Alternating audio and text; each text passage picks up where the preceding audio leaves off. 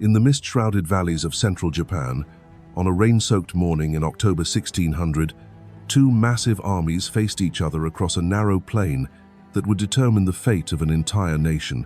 This was no ordinary battle between rival nations of decades of civil war, political warlords. This was the culmination scheming and ruthless ambition. On one side stood Tokugawa Ieyasu, a master strategist who had spent his entire life preparing for this moment. On the other, Ishida Mitsunari led a coalition of lords determined to preserve the legacy of Japan's greatest unifier. What happened next would end the age of endless warfare and forge a dynasty that would rule Japan for over 2.5 centuries. This is the story of Sekigahara, the gamble that united all of Japan. The year 1598 marked the end of an era. Toyotomi Hideyoshi, the peasant who had risen to become Japan's supreme ruler, lay dying in his magnificent castle at Osaka. For the first time in decades, the archipelago faced the prospect of unified leadership slipping away. Hideyoshi had achieved what seemed impossible, bringing the warring provinces under his banner through a combination of military genius and political cunning. Yet as his strength faded, the great unifier confronted a problem that had plagued rulers throughout history. His heir, Hideyori, was only 6 years old, far too young to command the loyalty of battle-hardened generals who had carved their domains from blood and steel. Recognizing the precarious nature of his legacy, Hideyoshi established a council of 5 regents to govern in his young son's name. These 5 men, known as the Teiro, were among the most powerful daimyo in Japan: Maeda Toshie, Mori Terumoto, Ukita Hidei, Uesugi Kagekatsu, and Tokugawa Ieyasu. Each commanded vast armies and controlled territories that could sustain years of warfare. The system was designed to prevent any single lord from seizing power, but it was built on a foundation of mutual distrust and barely contained ambition. Among these 5 regents, Tokugawa Ieyasu stood apart. While his colleagues had grown comfortable in their wealth and status, Ieyasu possessed something far more dangerous: patience honed by a lifetime of strategic thinking. His childhood had been marked by hardship and uncertainty. As a young boy, he had been held hostage by rival clans, learning valuable lessons about survival, negotiation, and the art of waiting for the perfect moment to strike. These early experiences had forged him into a different kind of leader, one who understood that true power came not from immediate gratification, but from careful preparation and timing. The death of Hideyoshi in September 1598 shattered the delicate balance of the regency almost immediately. Within months, the careful structure began to crumble as old rivalries resurfaced and new ambitions emerged. Ieyasu moved quickly to consolidate his position, relocating to Fushimi Castle in Kyoto and approving strategic marriages between his clan and neighboring domains. To his fellow regents and many other daimyo, these actions appeared to be the opening moves in a bid for supreme power. The situation deteriorated further in 1599 with the death of Maeda Toshie, who had served as a moderating influence among the regents. With Toshie gone, there was no one left who could effectively mediate between the competing factions. The regency system, already strained by personal animosities and conflicting interests, began to split into 2 hostile camps. On one side gathered those who remained loyal to the Toyotomi legacy and viewed Ieyasu's growing influence with alarm. Leading this faction was Ishida Mitsunari, a man whose background could not have been more different from Ieyasu's. Where Ieyasu was a seasoned warrior who had spent decades on battlefields, Mitsunari was primarily an administrator, a master of logistics and financial management who had won Hideyoshi's favor through his exceptional organizational skills and devotion to the tea ceremony. His loyalty to the Toyotomi cause was absolute, but his lack of military experience would prove to be a critical weakness in the trials ahead. Mitsunari's supporters included 3 of the remaining regents. Mori Terumoto controlled vast territories in western Japan and commanded the nominal leadership of what would become known as the Western Army. Ukita Hidei brought his own forces and the legitimacy of his position as one of Hideyoshi's chosen regents. Uesugi Kagekatsu controlled domains in northern Japan, adding geographic diversity to the anti-Tokugawa coalition. Together they represented a formidable alliance, but one that was held together more by shared opposition to Ieyasu than by genuine unity of purpose. The geographic divisions of these alliances were not accidental. Ieyasu's power base lay primarily in eastern Japan, where his domains provided him with vast resources and a network of loyal vassals who had served the Tokugawa clan for generations. His supporters, who would form the Eastern Army, included many daimyo who had grown wealthy and powerful under his patronage. They understood that their continued prosperity depended on Ieyasu's success, creating bonds of mutual interest that went far deeper than mere feudal obligation. The Western Army, by contrast, drew its strength from the established lords of Western and Southern Japan, many of whom had been prominent under Hideyoshi's rule. Their motivations were more complex and sometimes contradictory. Some genuinely believed in preserving the Toyotomi legacy for young Hideyori. Others saw an opportunity to prevent Ieyasu from becoming too powerful. Still, others harbored personal grudges or sought to protect their own domains from Tokugawa expansion. This diversity of motivations would prove to be both a strength and a fatal weakness when the moment of truth arrived. As tensions escalated throughout 1599 and early 1600, both sides engaged in an elaborate dance of political maneuvering. Secret negotiations were conducted, alliances were forged and broken, and spies moved freely between the opposing camps. Ieyasu demonstrated his mastery of this shadow war, using his vast intelligence network to stay informed of his enemies' plans while spreading disinformation to sow confusion among their ranks. His agents worked tirelessly to identify potential defectors within the Western Army, offering rewards for loyalty and exploiting existing grievances against Mitsunari's leadership. The breaking point came in the summer of 1600. Ieyasu had been drawn away from the capital to deal with a potential threat from the Uesugi clan in the north, providing Mitsunari with what appeared to be a perfect opportunity to strike. The Western Army leaders called their allies to arms, planning a coordinated attack that would catch Ieyasu's forces divided and vulnerable. It was a sound strategy in theory, but it failed to account for Ieyasu's superior intelligence network and his ability to adapt quickly to changing circumstances. Rather than being caught off guard, Ieyasu had anticipated this move. His network of spies had kept him informed of the Western Army's preparations, allowing him to prepare countermeasures well in advance. When Mitsunari's forces began to move, Ieyasu was ready with a response that would demonstrate his tactical brilliance and strategic vision. The stage was now set for a confrontation that would determine not just the immediate question of political control, but the entire future direction of Japanese civilization. Two armies, representing different visions of Japan's destiny, began their march toward a small village called Sekigahara, where the narrow mountain passes would force them into a battle that neither could avoid. The greatest gamble in Japanese history was about to begin. The campaign that followed would showcase Ieyasu's mastery of deception and rapid movement. While Mitsunari believed he had cornered his rival in the distant northern provinces, Ieyasu executed a brilliant feint that left his enemies scrambling to respond. Instead of becoming bogged down in a prolonged campaign against the Uesugi clan, he quickly resolved the northern threat through negotiation and intimidation, then pivoted his entire army westward with stunning speed. The key to Ieyasu's strategy lay in controlling the vital highways that connected eastern and western Japan. The Tokaido and Nakasendō roads were the arteries through which armies, supplies, and information flowed across the archipelago. By seizing strategic castles along these routes, Ieyasu could effectively cut off his enemy's lines of communication while securing his own supply lines for the decisive confrontation ahead. His first major success came with the capture of Gifu Castle, a fortress that commanded a crucial position along the Nakasendō road. The castle's fall sent shockwaves through the Western Army, demonstrating that Ieyasu's forces were not trapped in the north as they had believed, but were instead advancing rapidly toward the heartland of Japan. The psychological impact was as important as the strategic advantage, as wavering daimyo began to question whether they had chosen the winning side. Meanwhile, Mitsunari found himself caught between competing pressures and conflicting information.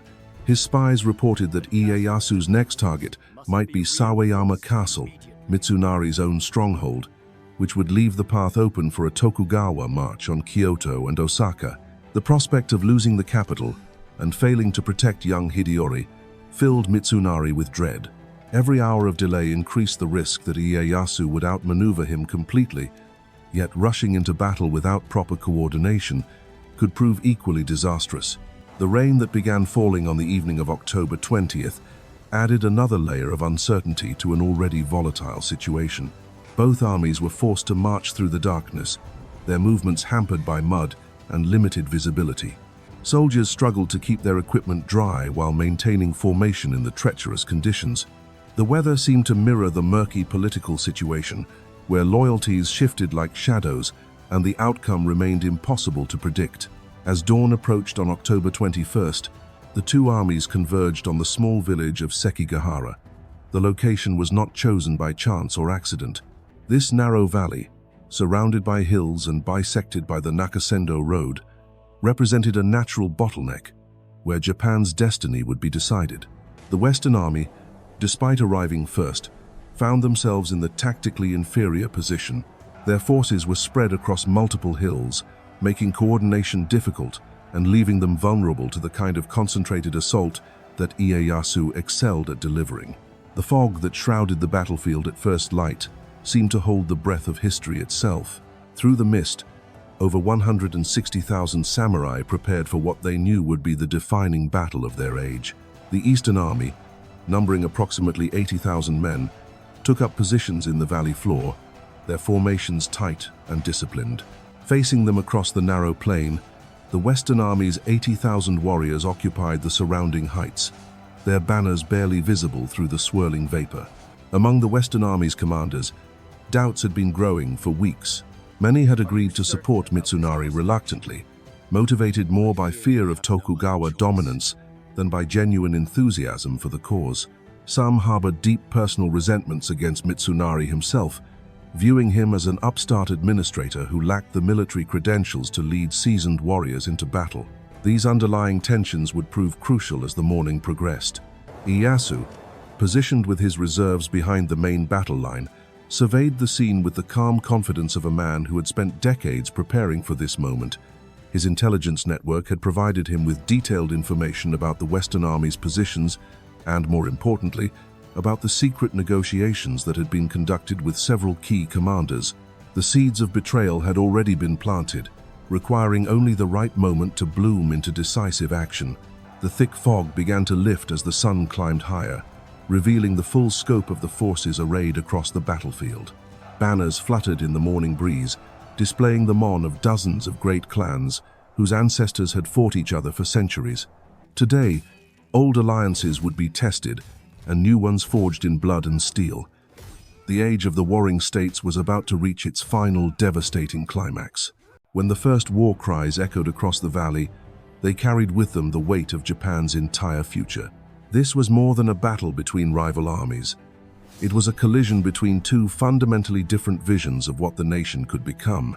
On one side stood those who sought to preserve the complex web of competing loyalties that had defined the Sengoku period. On the other, marched those who believed that only unified command under a single, unchallenged authority could bring lasting peace to the blood-soaked islands. The opening moves of the battle would reveal just how carefully Ieyasu had prepared for this moment, and how thoroughly he understood not just the art of war, but the deeper currents of human nature that would ultimately determine victory or defeat. As the morning mist began to dissipate, revealing the full magnitude of the forces gathered at Sekigahara, the first shots of the battle rang out across the valley. It was Naomasa, one of Ieyasu's most trusted retainers, who fired the opening volley. His red-armored cavalry, known throughout Japan for their fierce reputation, charged forward without waiting for orders, striking directly at the heart of Ukita Hide's formation on the Western Army's front line. The breach of protocol was deliberate. Naomasa understood that in a battle of this magnitude, seizing the initiative could prove decisive. His unauthorized attack sent ripples of confusion through both armies as commanders struggled to adapt their carefully laid plans to the sudden eruption of violence. The thunder of hooves mixed with the crash of steel as his cavalry smashed into the western lines, their crimson banners cutting through the gray morning like streaks of blood. Across the battlefield, the sound of arquebus fire began to crackle like breaking wood. The Portuguese weapons, introduced to Japan decades earlier, had revolutionized warfare on the islands. Volleys of lead balls tore through the ranks of advancing samurai, their armor offering little protection against the devastating power of gunpowder. The acrid smoke of burning powder mixed with the fog, creating an eerie twilight that obscured friend from foe. From his command position, Ieyasu watched the opening exchanges with the practiced eye of a veteran who had witnessed dozens of battles. He could see immediately that his gamble was paying off. The Western Army's response to Naomasa's assault was disjointed and hesitant, revealing the underlying tensions within Mitsunari's coalition. Units that should have moved in coordinated support instead hesitated, waiting for orders that came too slowly or not at all. The center of the battlefield erupted into a maelstrom of violence as more Eastern Army units joined the assault. Fukushima Masanori, despite his initial anger at being upstaged by Naomasa, threw his forces forward with typical ferocity. His men, veterans of Hideyoshi's Korean campaigns, fought with the disciplined fury of professional soldiers who understood that their lord's fortunes depended on victory here. Their battle cries echoed off the surrounding hills as they carved deep into the Western formations. Yet for all the sound and fury of the initial assault, the battle remained far from decided. The Western Army's numerical strength and superior positioning allowed them to absorb the Eastern attack without breaking. Yukita Hideyi's forces, though pressed hard, maintained their cohesion and fought back with desperate courage. These men knew that defeat would mean not just death, but the complete destruction of everything they had fought to preserve. As the morning wore on, the battle settled into a grinding contest of attrition. Neither side could gain a decisive advantage through force of arms alone. The narrow confines of the valley prevented either army from bringing its full strength to bear. While the complex terrain made coordinated movements nearly impossible, individual units fought isolated battles within the larger conflict, their struggles often invisible to the commanders who sought to direct the overall flow of combat. It was during this period of apparent stalemate that the true nature of Ieyasu's strategy began to reveal itself. The secret negotiations that had occupied months of preparation were about to bear fruit in the most spectacular fashion. High on Mount Matsuo, overlooking the main battlefield, Kobayakawa Hideaki sat motionless with his 15,000 warriors. The young lord had been positioned to deliver a crushing blow against the Eastern Army's flank, but as the hours passed, his forces remained frozen in place. The sight of Kobayakawa's inaction sent waves of uncertainty through the Western ranks. Commanders who had counted on his support began to question whether their carefully coordinated battle plan was falling apart. Messengers rode frantically between the scattered formations, carrying increasingly desperate orders that often contradicted each other as the Western Army's command structure began to fracture under pressure. Mitsunari himself recognized the growing crisis. From his position near the center of the Western line, he could see that his army's morale was beginning to waver. The prolonged fighting had taken its toll, and the failure of key units to engage was sowing confusion throughout his forces. At 11 o'clock, he made the fateful decision to fire a signal flare, the predetermined command for an all-out assault that would either secure victory or result in catastrophic defeat. The rocket arced high into the gray sky, its brilliant flash visible across the entire battlefield. This was the moment that should have marked the turning point in favor of the Western Army, as fresh formations swept down from the hills to overwhelm the Eastern forces in the valley below. Instead, it became the signal for betrayal on a scale that would echo through Japanese history. Kobayakawa Hideaki, who had spent the morning in apparent indecision, suddenly spurred his horse forward. But instead of attacking the Eastern Army as planned, his forces charged down the mountainside toward their former allies. The sight of 15,000 warriors bearing down on them sent shockwaves through the Western formations. Units that had been preparing to advance suddenly found themselves fighting for their lives against men they had trusted with their backs. The betrayal created a domino effect that spread across the battlefield like wildfire. Other Western commanders who had been secretly negotiating with Ieyasu saw their opportunity and seized it. Kikawa Hiroi, commanding a crucial sector of the Mori forces, refused to advance when ordered, effectively removing 20,000 men from the battle at the moment when their support was most desperately needed. The carefully constructed Western coalition began to disintegrate as unit after unit either defected or simply withdrew from the fighting. From his command post, Ieyasu observed the collapse of enemy resistance with grim satisfaction. This was the culmination of months of patient work. Turning his enemy's own allies against them through a combination of bribery, intimidation, and political manipulation. The Battle of Sekigahara was being won, not through superior tactics or martial prowess, but through the methodical corruption of his opponent's support base.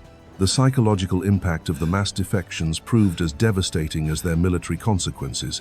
Western army units that had been fighting courageously suddenly found themselves isolated and surrounded. Morale collapsed as word spread that their own allies had turned against them.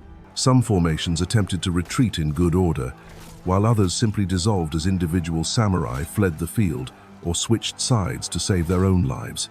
Mitsunari, witnessing the destruction of everything he had worked to build, made one final desperate attempt to rally his forces. Gathering the remnants of his personal retainers, he launched a direct assault on Ieyasu's command position, hoping that a successful strike against the enemy leader might still salvage victory from the jaws of defeat. It was a move born of desperation rather than strategy, but it demonstrated the unwavering loyalty that had made him Hideyoshi's most trusted administrator. The charge was doomed from the start. Ieyasu's guards, elite warriors who had protected their lord through decades of conflict, formed an impenetrable wall of steel around their master. Mitsunari's small force was quickly overwhelmed, though the man himself managed to escape into the mountains as his dream of preserving the Toyotomi legacy crumbled around him. By 2 o'clock in the afternoon, the Battle of Sekigahara was effectively over. What had begun as one of the largest military engagements in Japanese history had ended in complete victory for the Eastern Army. The field was littered with the bodies of those who had remained loyal to the Western cause, while thousands more had been captured or had fled into the surrounding countryside. The speed and totality of the collapse stunned even Ieyasu's supporters.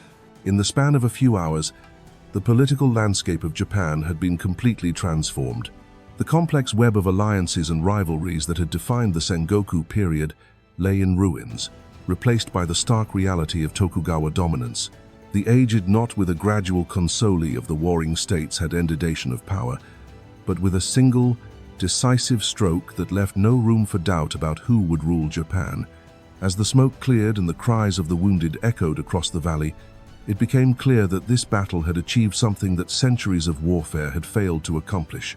For the first time in living memory, Japan faced the prospect of genuine unification under a single, unchallenged authority. The gamble that Ieyasu had been preparing for his entire life had paid off beyond his wildest expectations. The immediate aftermath of the battle would prove as crucial as the fighting itself, as the new master of Japan moved quickly to consolidate his victory and establish the foundations of a dynasty that would endure for centuries to come. Within hours of his triumph, Ieyasu demonstrated the calculated ruthlessness that had brought him to power. The pursuit of fleeing Western army remnants continued long after the formal battle had ended, as East-Anglers through army cavalry hunted down the mountain passes and forest paths surrounding Sekigahara. There would be no mercy for those who had dared to oppose the new order, no sanctuary for the defeated champions of a dying cause. The capture of Ishida Mitsunari, 3 days after the battle, marked the symbolic end of resistance to Tokugawa rule. The man who had orchestrated the grand coalition against Ieyasu was discovered hiding in a mountain temple, his dreams of preserving Hideyoshi's legacy reduced to ash and memory. His execution in Kyoto would serve as a stark reminder to any who might consider future rebellion. The loyal administrator who had served his master with unwavering devotion paid the ultimate price for his principles. Yet Ieyasu understood that true conquest required more than military victory. The redistribution of domains that followed Sekigahara revealed the depth of his political genius. Over 6 million koku worth of land changed hands as the new shogun rewarded his supporters and punished his enemies with surgical precision. Those who had remained neutral found their territories reduced, while those who had actively supported the Western Army faced complete dispossession. The message was unmistakable. Loyalty to the Tokugawa would be rewarded, but opposition would be crushed without mercy. The speed with which major strongholds fell to Ieyasu's forces demonstrated the psychological impact of Sekigahara. Sawayama Castle, Mitsunari's own fortress, surrendered within days. Osaka Castle, the magnificent seat of Toyotomi power, opened its gates without resistance. The great daimyo who had seemed so formidable just weeks earlier now competed to demonstrate their submission to the new master of Japan. The complex web of alliances that had sustained decades of warfare dissolved overnight, replaced by the simple reality of Tokugawa dominance. Among those who benefited most from the post-battle redistribution were the turncoat commanders whose betrayal had secured victory. Kobayakawa Hideaki, despite his hesitation during the actual fighting, received substantial rewards for his eventual defection. The message to future generations of ambitious lords was clear: those who recognized the inevitable direction of history and positioned themselves accordingly would prosper under Tokugawa rule. Pragmatism trumped loyalty in the new order that was emerging from the ashes of the old. The gamble that began in the mist-shrouded valleys of Sekigahara had transformed Japan forever. In a single morning, Tokugawa Ieyasu had achieved what centuries of warfare could not: the complete unification of a fractured nation under one unchallenged ruler. His victory was built not just on military might, but on the patient cultivation of human weakness and ambition. The Tokugawa shogunate that emerged from this triumph would bring Japan over 2.5 centuries of peace, stability, and isolation from the outside world. From the ashes of the Warring States period rose a new Japan, one where the sword would finally be sheathed and the long nightmare of endless civil war would become nothing more than memory. Sekigahara proved that sometimes the greatest victories are won not on the battlefield, but in the shadows where loyalty is bought and betrayal is carefully orchestrated. The last great gamble of feudal Japan had paid off, and a dynasty was born that would endure until the modern age.